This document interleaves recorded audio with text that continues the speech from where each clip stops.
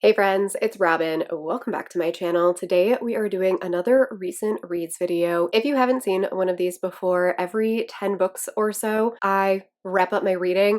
I don't do monthly wrap-ups because it's too many books to talk about. I like to keep these to 10 books so that I have enough time to actually talk about the books and I don't get overwhelmed by editing and having to remember 30 books that I read. So I am no longer ridiculously behind. I've only read 9 books since this one.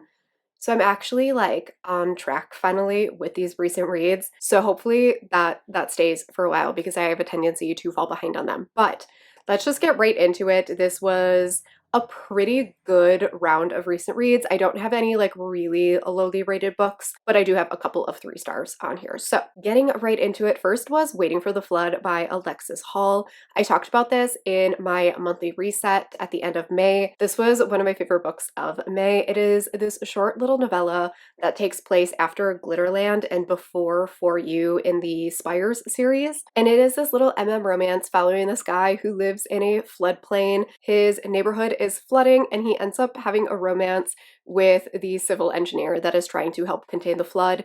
It is really short and sweet, and it is really just seeing the start of their romance. This is not going to work for everyone because it is very slice of life, and while it is a satisfying ending because they get together, it is a happy for now and not a happily ever after. So like you don't really get to see their romance, you get to see the lead up to their romance.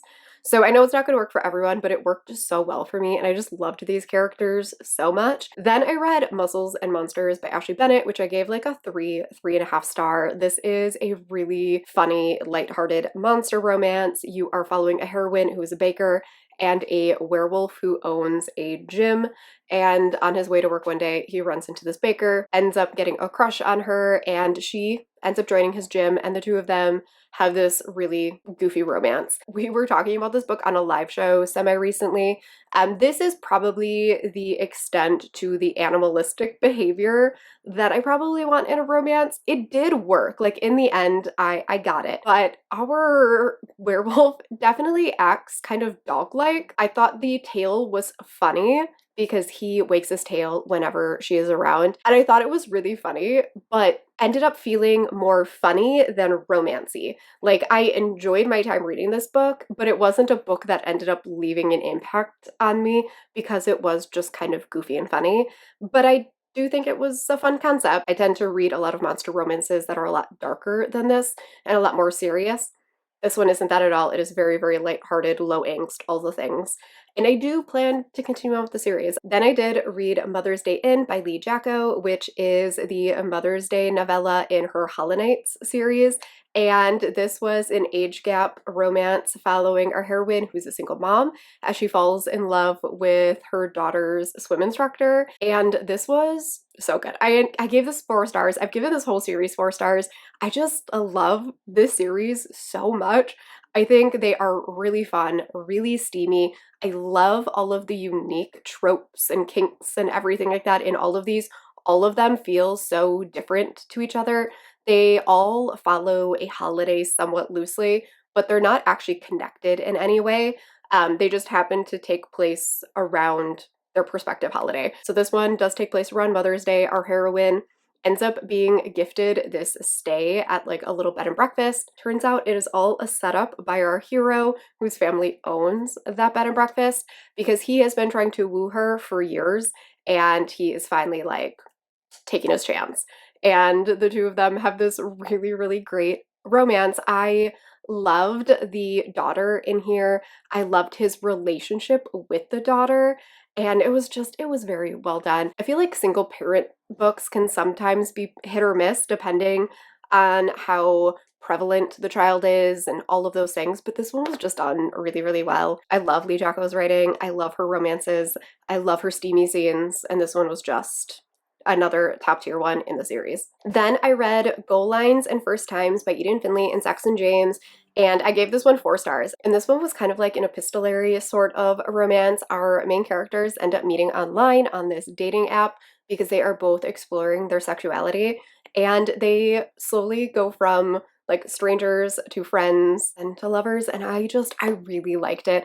I loved the whole secret identity thing because in this one, neither one has any idea who the other one is. So this one doesn't have the miscommunication trope. They both truly do not know who the other one is until like later on into the book, and I just thought that was so much fun. I really liked watching their like texting conversations because they really got to know each other before they got into their romance. And one of these characters is Demi, and I really liked the Ace Demi rep in here. Thought it was really, really well done. These two are absolutely adorable together, and I love them a lot. It's either this one or book two that are my favorite. I enjoyed the remaining two, but I think it was one of those two. This one was really, really good. And then from there, I ended up going into the Fandom series by Eden Finley. So I read Popstar, which is book one, and this one is an artist who is falling in love with his bodyguard.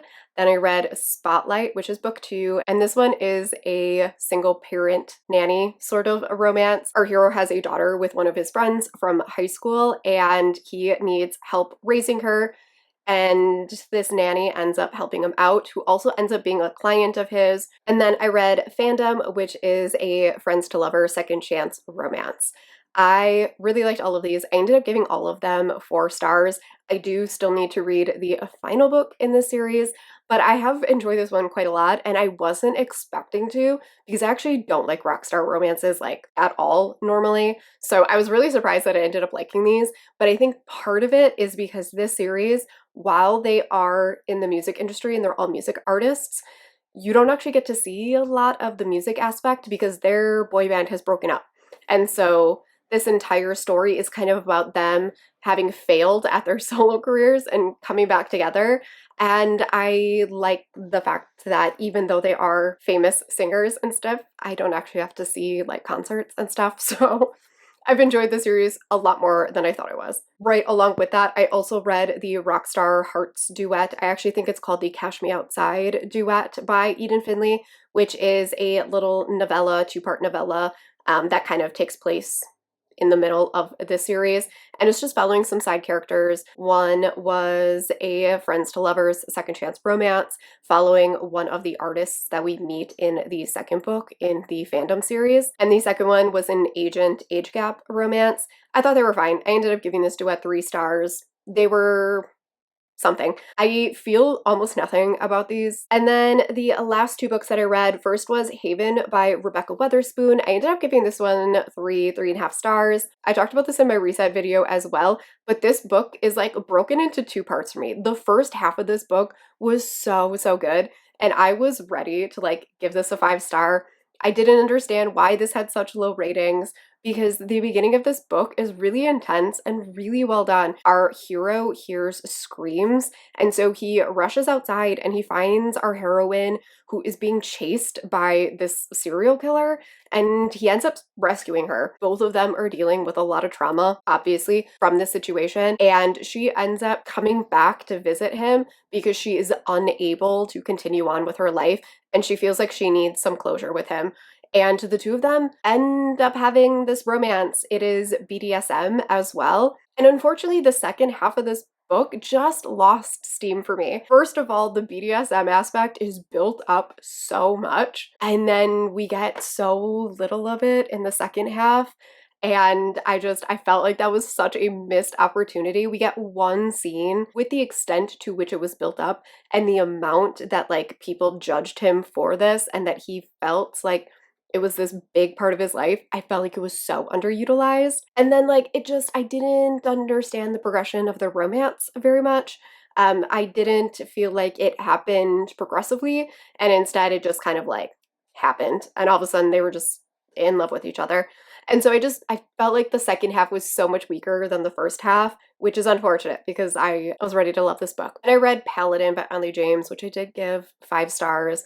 This is another one that I talked about in a reset video, but this is a spin-off of the Necessary Evil series. If you've been here, you know how much I love the Necessary Evil series, and I don't think I can give this series anything less than 5 stars at this point, or this world, because I'm so invested in these characters and in this world that like I am going into it already attached to these characters. I am emotionally invested at the get-go. And so it's really hard for me to be objective at this point. In all honesty, like, I cannot be an objective reviewer at this point because I've invested 8 books in this series, not counting the other series by Anley James that tie into this one. And so it's like I don't know how to be objective in this world anymore because I've just grown so attached to this. But this is following Arson and Ever. Arson is part of the like vigilante crew. These characters are not psychopaths. They are just helping out the Mulvaney family, and he works at Jericho's like shop, and he ends up going out for a mission one night, and he rescues Ever, who was trapped in a closet and essentially used as a slave for his entire life. And he is obviously dealing with a lot of trauma surrounding that, and the two of them end up forming this very, very codependent, insta-lovey sort of romance, and I loved every second of it. I know that codependent and insta-love is probably going to turn a lot of people off, but I don't know. Somehow it worked very well for me, and I loved it a lot. That is it for this round of recent reads. I feel like these last couple of recent reads have gone really fast because I have read so many Eden Finley Saxon Jane books, and I'm kind of like grouping them together so that you don't have to listen to me say their names 900 times. But I do end up petering off here a little bit because I have been blocked from their books on Scribd. I got blocked at the end of May, and it told me that I would get the books in June, and then June came and I'm still blocked, and now it says July. So let me know if you've read any of these. Let me know your thoughts on them, and I will see you all in my next video. Bye.